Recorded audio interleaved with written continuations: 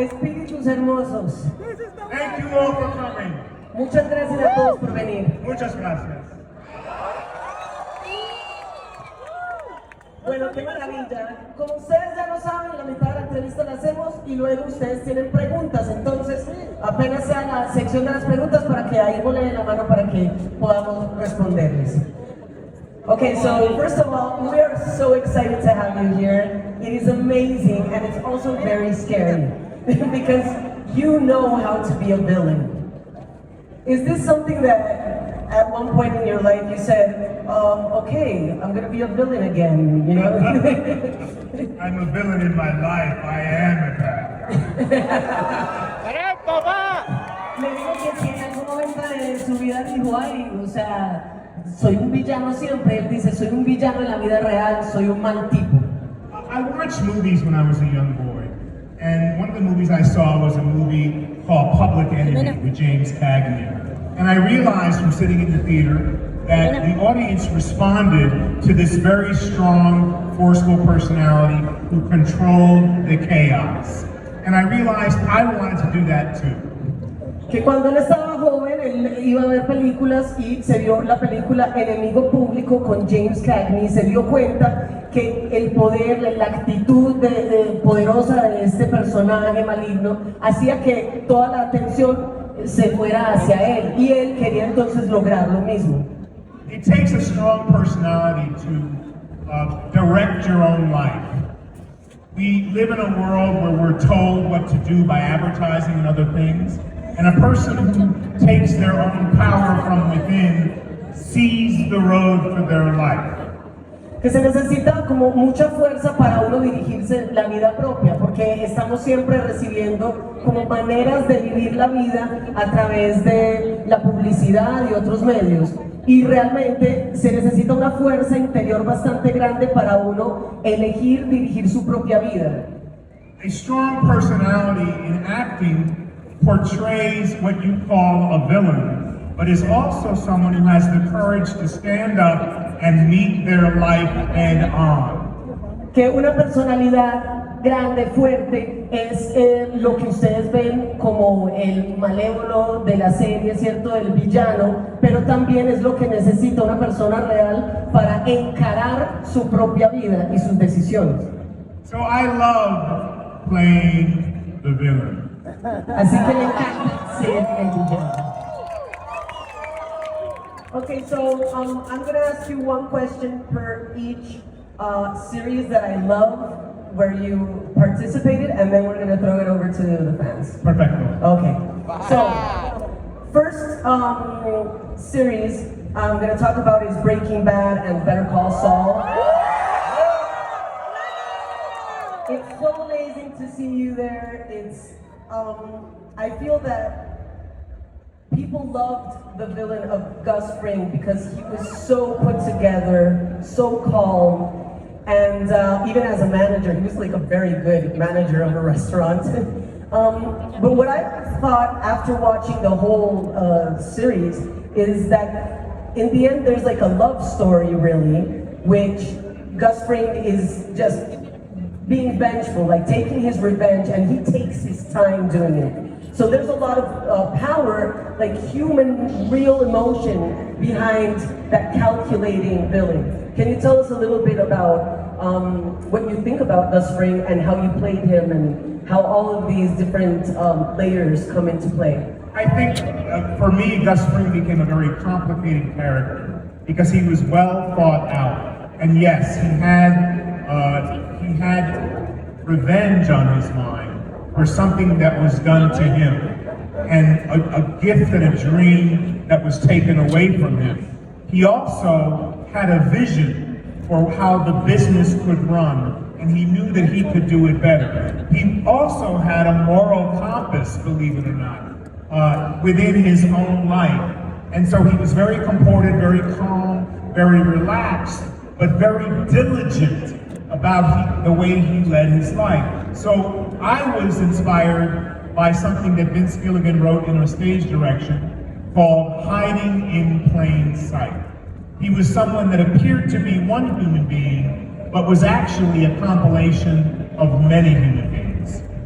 Entonces, le pregunto al respecto del personaje Gus Fring que vimos en Breaking Bad y también en Better Call Saul, y le digo que en el fondo de toda esta actitud como muy contenida que tiene el personaje y como esa tan calculador que es, realmente en el fondo está como una historia de amor y de venganza de parte de este personaje. Entonces, ¿cómo él manejó como la interpretación del personaje? ¿Qué piensa él? Dice que inicialmente este personaje es un personaje bastante complejo y logra ser así porque fue muy bien pensado desde el inicio. Que sí es un personaje que tuvo pues como ese drama personal en su vida, de esa pérdida de un sueño, de un amor, de un regalo que le fue dado, pero también es un personaje que tiene una visión hacia dónde puede ir el negocio de las drogas y que piensa que él lo puede hacer de una mejor manera. En su propia vida el personaje Gus Fring tiene como una moral, así uno no lo crea, y sí es una persona que es muy diligente y piensa mucho antes de hacer las cosas en su vida personal. Excelente. Bueno, ahora, now I'm going to ask you a question. I'm a super big Batman fan, and I don't know if you were expecting this question, but I love the Harley Quinn animated series, and you're Lex Luthor, and I was like watching it, and your voice was there, and he's this guy, and he actually kind of looks like you know, and I was like, oh my god, my favorite actor is here. So I wanted to know what that was like, because obviously I know that you're a voice actor as well, and it must be a very different experience because you can't like use your face or anything. So what was that experience like? I love playing Lex Luthor because I feel like I play, I have a part of the typical Lex Luthor, but then I play him a little bit differently. And voice acting is a favorite of mine because you use something that maybe we've let go of because we have our iPhone and our computer and our television. We lose our imagination. Part of our life should be guided by our imagination. What you dream can come true if you imagine it and take steps every day to get it. Bueno, también como fanática de Batman, pues yo me veo la serie animada de Harley Quinn y él ahí interpreta a Lex Luthor, el billonario enemigo de Superman que todos conocemos. Entonces le pregunté cómo era esa experiencia, porque también sé que es actor de voz y que cómo se sentía. Entonces, inicialmente me dice que le encanta interpretar a Lex Luthor porque tiene características que siempre ha tenido de este villano, pero también pues le incorpora cosas nuevas. Y además de eso dice que le gusta mucho la actuación de voz porque logra recuperar algo que se ha perdido mucho en esto de estar pegado al celular y estar siempre mirando una pantalla, y es la imaginación. Porque a través de la actuación por voz tienes que imaginarte muchas cosas, y la imaginación es demasiado importante para nuestras vidas porque nos permite guiarnos hacia lo que realmente deseamos. Si somos capaces de meter esa energía en la imaginación, somos capaces de lograr lo que sea. I love Lex Luthor because he's not as smart as Gustavo Fring. He's a little awkward and he's a little bit funny. And I wouldn't love Lex Luthor as much if I didn't love Harley Quinn. Okay. I love Harley Quinn. Right? She's badass. She's amazing. I love her so much. Entonces dice que también le encanta Lex Luthor porque no es tan inteligente como Gustavo Fring. Y entonces a veces es un poco como extraño y sí, como que es gracioso. Y además que no podría interpretar a Lex Luthor como lo hace, no le gustaría tanto si no amara tanto a Harley Quinn, que le encanta porque es una rompeculos, pues esto. Ok, he loves you. Love you. Siguiente pregunta. La siguiente pregunta, the next question I want to ask is about Stan Edgar from The Boys, right?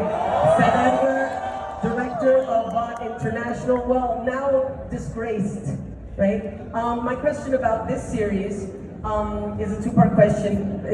First is like, this series does not back down. Like, they show all the gore.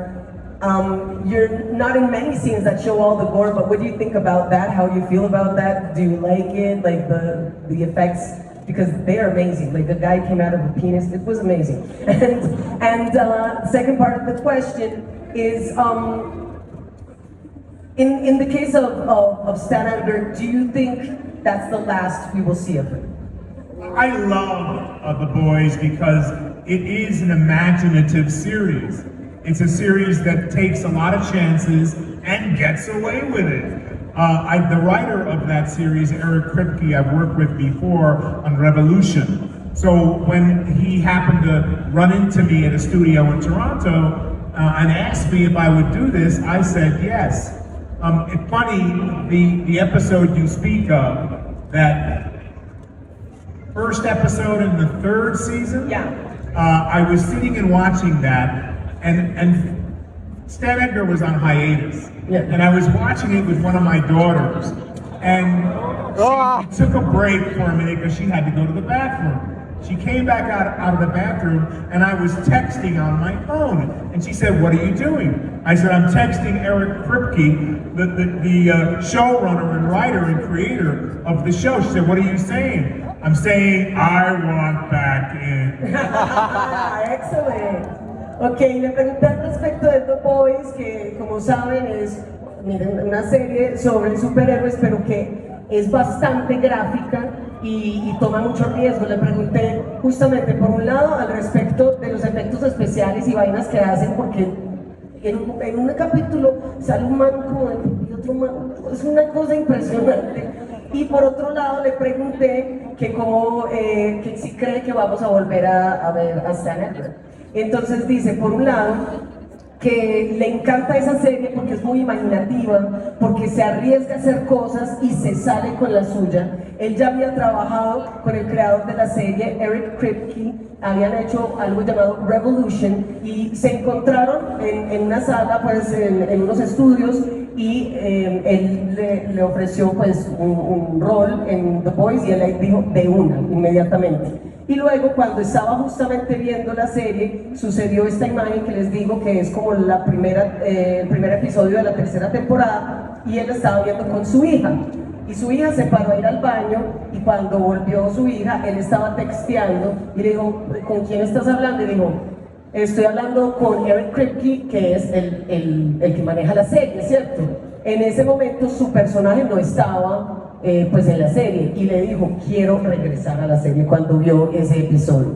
Entonces, yo creo que Stan Edgar seguiremos viendo, vamos a ver. You are not a god, you are simply bad product. Ahí nos regala una frase que le dice al mismísimo Homelander, le dice, tú no eres un dios, simplemente eres un mal producto. Muy bien, últimas dos de parte mía. Next question is about Kaleidoscope, which is a series that you did for Netflix, and I thought that was really interesting because the story it jumps around in time. You can watch it like in one order, a different order, like people choose. Like a choose your own adventure kind of thing, right? Was it really strange to kind of like work on that script because it was just jumping, like the character development? Was it a little bit weird to do, or did you like record it like in a certain, tape it in like a certain order? It was a challenge to do, but it was a story I really loved. I feel like television audiences are much smarter than ever, and to have a story that went through 8 episodes, I spent 27 years from young to old, which was also interesting. And yes, to be able to do it all at once, we did 2 episodes at a time of 2 different colors. All the episodes are color coordinated, not numbers. And so I laid them all out on a table to refer to them all at one time so I could bring that character to life. I am very proud of Kaleidoscope, and those of you who haven't seen it should see it more than once. Sí. Muy bien, entonces esta es una serie que está en Netflix, se llama Kaleidoscopio. Es una serie que cada episodio tiene el nombre de un color. No están numerados los episodios, entonces tú lo puedes ver en cualquier orden. Le pregunté si fue muy difícil grabar eso para el desarrollo del personaje, porque en los 8 capítulos es como que su personaje pasa 27 años. Entonces me dice que grabaron como de a 2 episodios, ¿cierto? Los organizaron así, él fue organizando los colores para siempre tener como la historia súper clara, pero sí fue un reto grande hacerlo. y que él está muy orgulloso de esa serie, entonces si no la han visto, la tienen que ver. Okay. Last question from me is about Moff Gideon from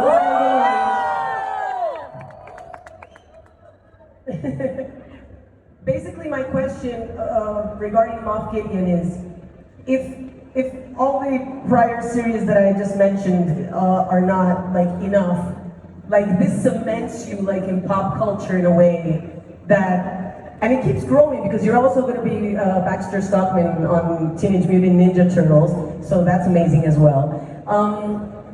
Like, has it been for you as an actor like a switch to go from an actor, which is amazing, that has done like arguably the best series ever, because Breaking Bad and Better Call Saul are both regarded like top TV. To go into the Star Wars world, did you feel there was a difference? Yes. You have something I want. Bring me the child. That one. It was a very big difference to transform into a character that I knew was larger than life. I wanted to bring human qualities to him, but I knew he was a straight up villain. What I love about him is that he was qualified. He was qualified, he flew his own TIE fighter, he was able to use the dark saber, no one knew why. Assume I know everything. He knew everything about the timing of what was going on within his galaxy. He's very, very smart, very calculated, and very full of himself. So I love playing him because I knew he was another level of human being, villainous human being, that I could play with and really add some nuance to. Muy bien. Entonces, en esta pregunta yo le digo que si ya con las anteriores series obviamente queda súper establecido él como actor en las series que se reconocen como las mejores series que hemos tenido, encima de eso entra el mundo de la Guerra de las Galaxias para ya pues estar en la cultura pop de una manera imborrable. Y eso lo va a seguir haciendo porque en la nueva peli de las Tortugas Ninja también va a estar como actor de voz. Entonces, le pregunto si hubo un cambio como al entrar en el universo de Star Wars, y dice que sin duda sí, que él sabía que iba a ser un personaje más grande que la vida. Dijo un par de frases obviamente muy conocidas de Moff Gideon que son como: tú tienes algo que yo deseo y entrégueme el niño, que el niño es drogo, muy lindo. Y me dice que él sabía, él quiere siempre que sus villanos tengan algo de humano, pero en este caso en la Guerra de las Galaxias él sabía que este man era un villano, era un malo. Y al pensar en eso pensó que también era un malo pero muy cualificado. Era un malo que realmente sí sabía todo lo que estaba pasando en su sector de la galaxia, que sabía volar su propia nave, que sabía manejar el sable oscuro, entonces que realmente sabía y era muy calculador y muy inteligente y también muy arrogante. Entonces se divirtió mucho con este personaje también por eso. Perfect, awesome. We're gonna